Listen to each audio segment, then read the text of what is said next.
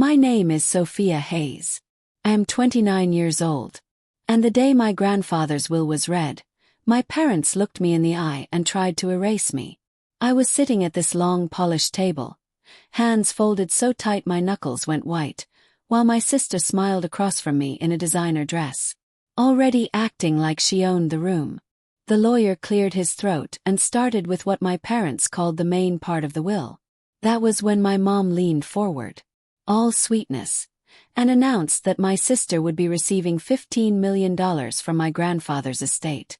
My dad slid a stack of documents toward her, and everyone murmured congratulations like it was some kind of fairy tale ending. Then he turned to me. No folder, no check, not even a token. He just shrugged and said, almost bored, "Your sister gets $15 million. As for you, Sophia, you can earn your own. Grandpa didn't want you to have anything." My mom nodded and added, "He said he was done with you. You chose your career over family. This is what he wanted." I felt the room tilt, but I did not argue, did not cry, did not give them the satisfaction of seeing me break. I just stared at the table and listened to them rewrite the story of a man who had once been my biggest supporter. And that is exactly when my grandfather's own lawyer pushed his chair back, stood up, and said there was a second document, sealed and hidden, that my parents had never been allowed to see. He said it was meant to be read only when everyone was in the same room, and especially when I was present.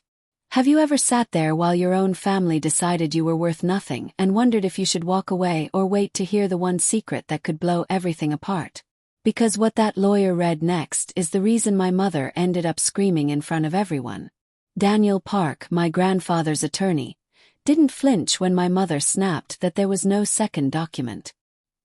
He just adjusted his glasses, slid a thick sealed envelope out of his briefcase, and set it on the table like a bomb. "Mr. Arthur Hayes gave me explicit instructions," he said calmly.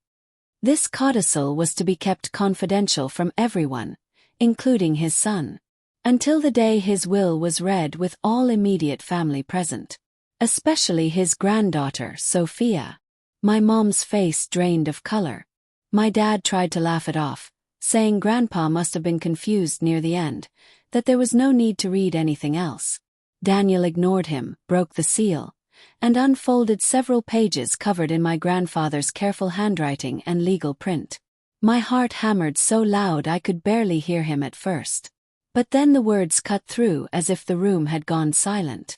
"The inheritance reveal, to my granddaughter Sophia Hayes," Daniel read. "I leave full controlling interest in HarborMind Analytics, the company I have quietly built and invested in over the last several years, as well as my personal investment accounts associated with it, held separately from my joint accounts with my son." He went on to explain that HarborMind was not some small side project. It was a growing tech company based out of Atlanta, built around an AI platform to help small businesses manage inventory, cash flow, and marketing decisions. It already had partnerships, contracts, revenue.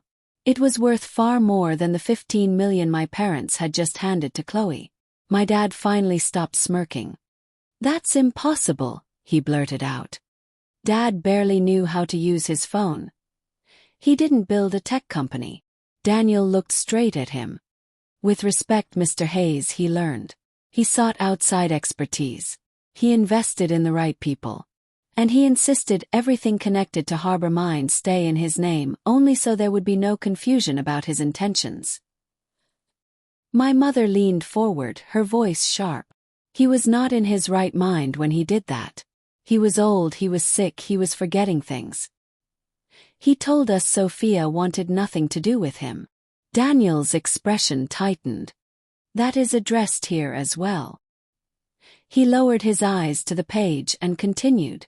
"I am fully aware," he read, "that Mark and Linda have kept Sophia away from me. Changing plans, telling me she is too busy with her big city life, and telling her I am too tired or too confused to see her. They have told me she is ashamed of this family, that she does not call, that she does not care. I do not believe this. I have seen her messages disappear. I have had my calls redirected. I have watched them put Chloe in front of me with cameras and smiles while telling me Sophia wants nothing to do with an old man." My throat closed up. I remembered all the texts I sent that never got answered. The calls that went straight to voicemail. The times my mother said Grandpa was sleeping or at a doctor's appointment or having a bad day. Always when I tried to come home on short notice. Daniel kept reading.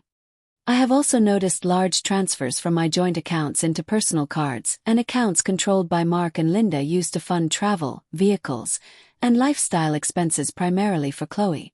These were never discussed with me. When I asked questions, I was told I had already approved them, even when I had not. I may be old, but I am not stupid. My mother shot to her feet so fast her chair screeched across the floor. "That's a lie," she shouted. "He signed everything. We took care of him. We did everything for him while she was off in Chicago chasing some computer dream." She jabbed a finger in my direction like I was the problem here, like my existence was the insult. The evidence, Daniel didn't move. His tone never rose, but every word sounded heavy.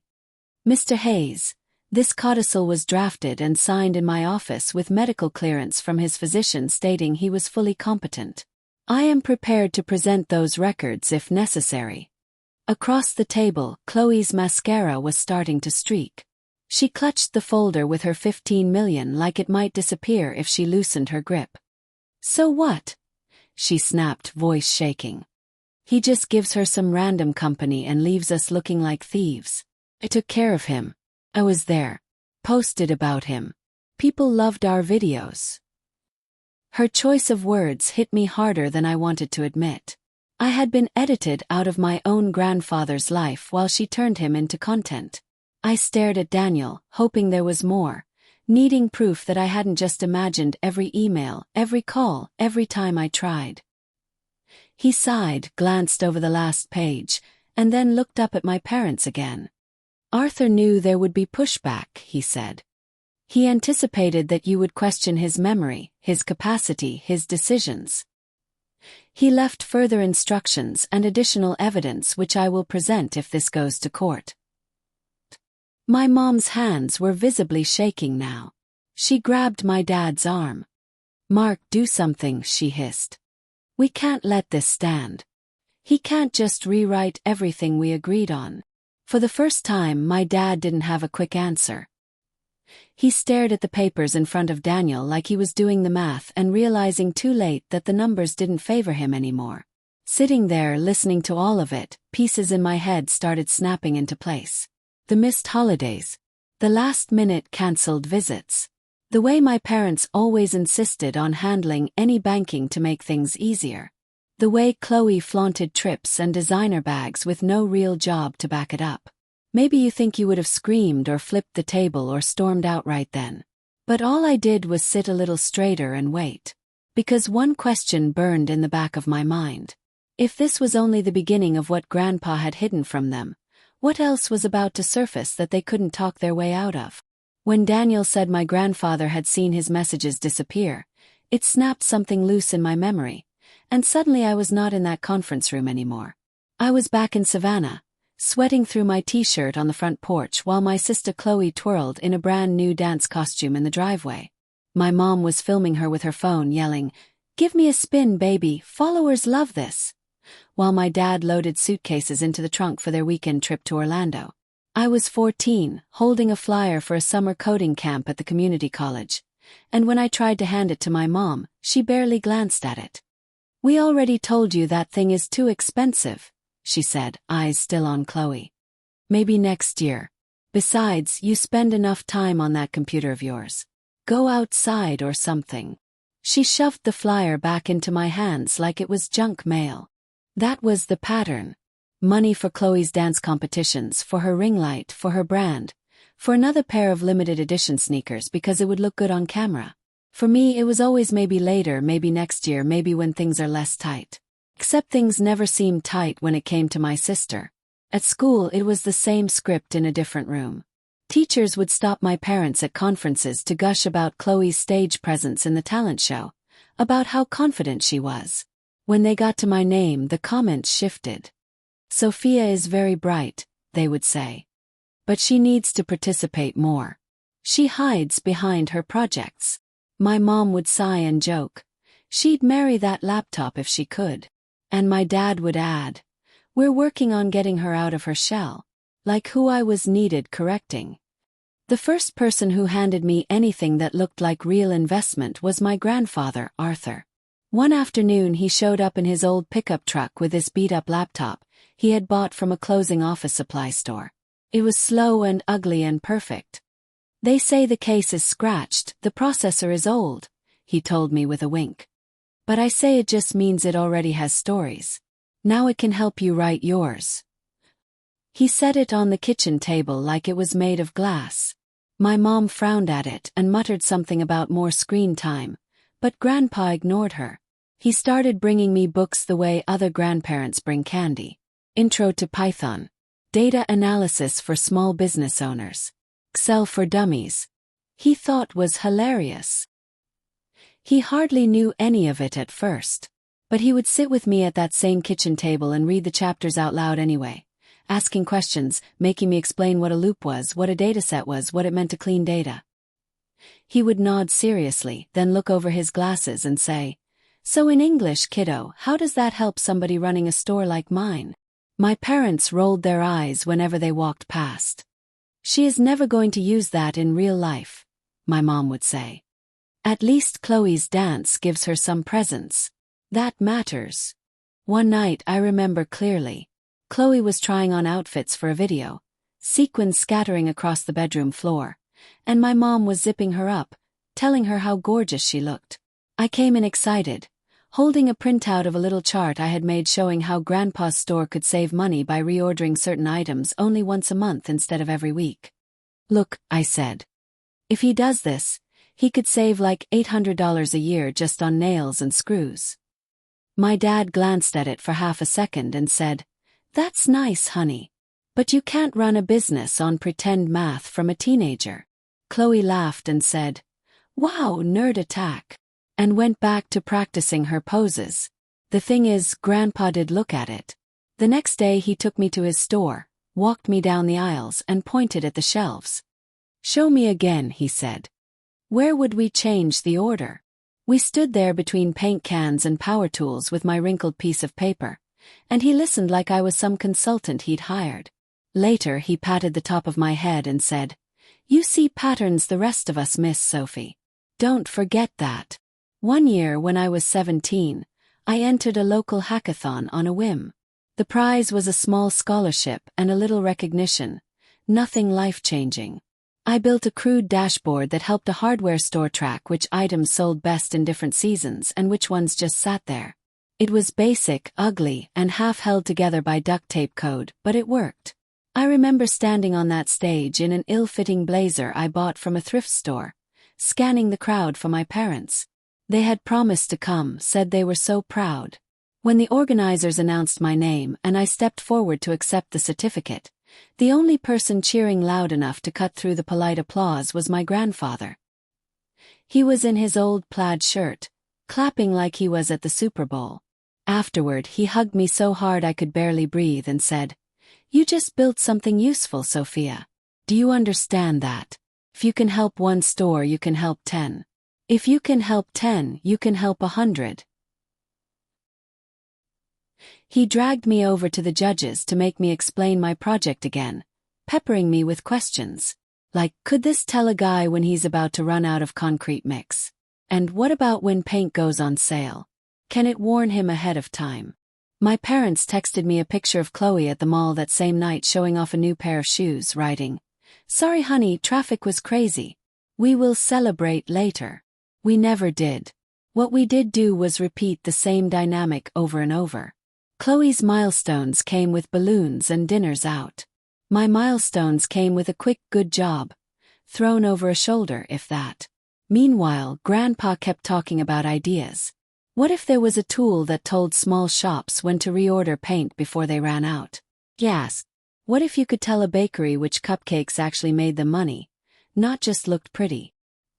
He would sit at the counter of his store after closing, ledger open, and ask me what I thought about different numbers. At the time I thought he was just humoring me.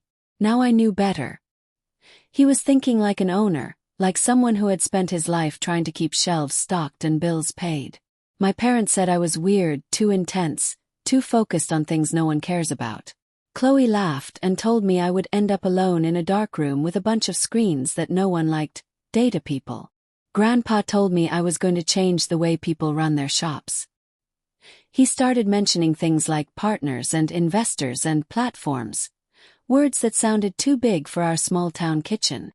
Once, when I joked that no one would ever trust a 20-year-old girl with their business data, he shook his head.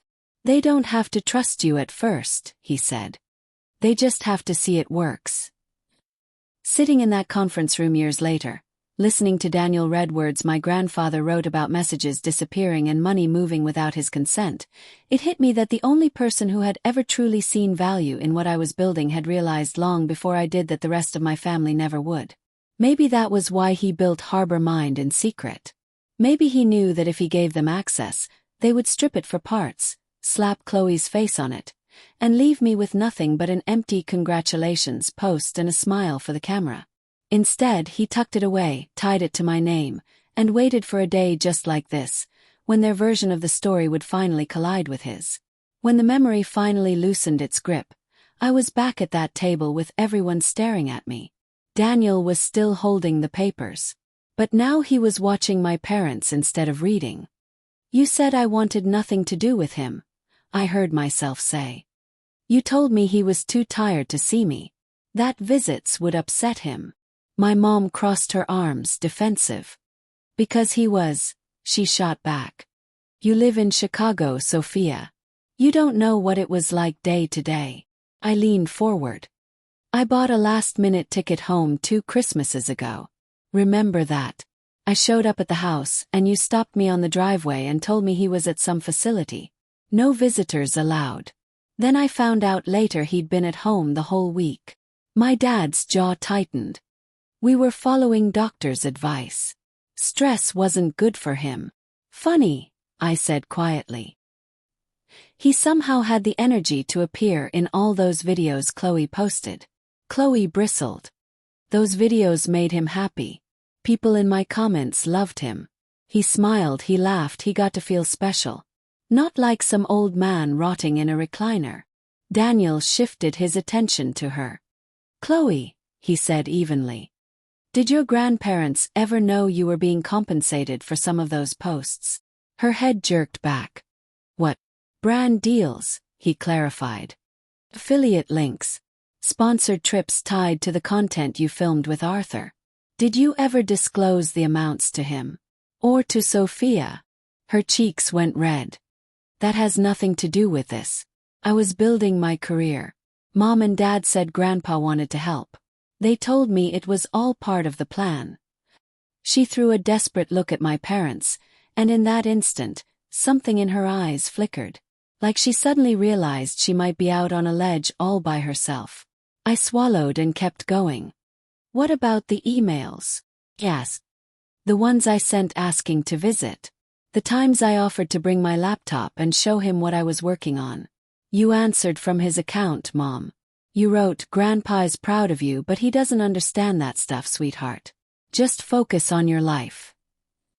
My mom slammed her palm on the table. "So now it's a crime to protect an old man's peace. You didn't see him crying when you chose Chicago over law school here. You didn't hear him say he didn't recognize you anymore." Daniel cleared his throat. "For what it is worth," he said. "Arthur never told me he didn't recognize you, Sophia. He did tell me very clearly that he felt like his relationship with you was being managed for him." My dad scoffed. "Managed is what you do for an elderly parent. You should know that. You draft enough wills. They get paranoid. They imagine conspiracies. They think everyone is stealing from them." Daniel set the papers down and reached into his briefcase again. This time he pulled out a small black flash drive. He laid it on the table between us. "Arthur thought you might say that," he replied. "Which is why he asked me to record a video when we prepared this codicil. It's dated, time-stamped, and accompanied by a statement from his physician. If you intend to suggest he was incompetent, you should see what that looks like." My mother's hand shot out. "You are not playing some edited clip to smear us. Turn that thing off." Daniel didn't even glance at her. He plugged the drive into a slim laptop the paralegal had brought in, turned the screen so everyone could see, and clicked play. My grandfather's face filled the screen, older and thinner than I remembered, but his eyes were clear. He sat in the same conference room we were in now, wearing a pressed button-down shirt, hands folded loosely in his lap. "All right, Arthur," a younger version of Daniel's voice said off camera. "Just say in your own words why you're here." Grandpa took a breath. "My name is Arthur Hayes," he said. "I am choosing to change my will because I have become aware that my son and his wife have been using my trust in ways I did not approve. I have seen money leave my accounts that I never agreed to. When I ask questions, I am told I am confused." He looked straight into the camera. "I am not confused. I am old, but I know what I've earned. And I know who I want it to go to." My dad muttered something under his breath, but no one stopped the video. Grandpa continued, "I love all my grandchildren, but only one of them shares the way my mind works. Sophia understands numbers. She understands systems. She built a little thing on her computer that helped a store like mine, and never even bragged about it." He chuckled softly. "Mark never listened when I talked business. And Linda loves appearances. But Sophie listens." My chest hurt. I didn't realize I was holding my breath until the room started to spin again. On the screen, Grandpa's expression darkened. "I have also seen how they keep her away from me. Visits cancelled. Calls dropped. I get told she is too busy with her big city job. Then I hear from Ruth that Sophia drives all the way down and my son sends her home from the driveway. I know what that is. That is control. That is fear that the two of us will talk and compare stories." He shifted in his seat, anger flashing across his features in a way I had rarely seen. "If they are watching this, it means they are contesting my decision. It means they are once again trying to take what does not belong to them. So let me make it plain. Harbor Mind Analytics, every share, every related account, is for Sophia. Not because she is my favorite, but because she is the only one who can use it for what it is meant to do." He paused, eyes glistening. "Help the little guys. Help the people running shops like I did, who never had these tools." Daniel's voice came back in the recording. "Arthur, are you making this decision under pressure from anyone?" Grandpa gave him a look like the question insulted him. "The only pressure I feel is time. I am making this choice now while I can, because I know if I wait, they will convince some doctor to write me off as senile and sign whatever they put in front of me. I want this on record before that happens." The screen froze on his face, then went black. No one spoke. The only sound was the low hum of the air conditioner and Chloe's uneven breathing. My mother's mascara had fully surrendered, black streaks cutting down her cheeks. She looked at my dad like he was supposed to have some way out of this. Some legal loophole or clever line that would undo what we had all just seen. Instead, he stared at the blank screen, fingers drumming a frantic rhythm on the table. "You can take that to court," he said finally, voice hoarse. "But it doesn't change the years we spent taking care of him. A jury will see that. They will see what we sacrificed." Daniel closed the laptop with a quiet click. "You are free to challenge the will," he said. "If you do, the video, the financial records, and the physician's statement regarding Arthur's capacity will become part of the public record." He glanced briefly at Chloe, whose influencer life depended on public perception. "And given the nature of the transfers we have documented, there may also be questions raised that go beyond probate court." That was the moment my dad's fingers stopped tapping, the moment my mother stopped shouting, and the moment I realized this was not just about who got what. This was the beginning of something much bigger. And for once, they were the ones who should be afraid of what came next.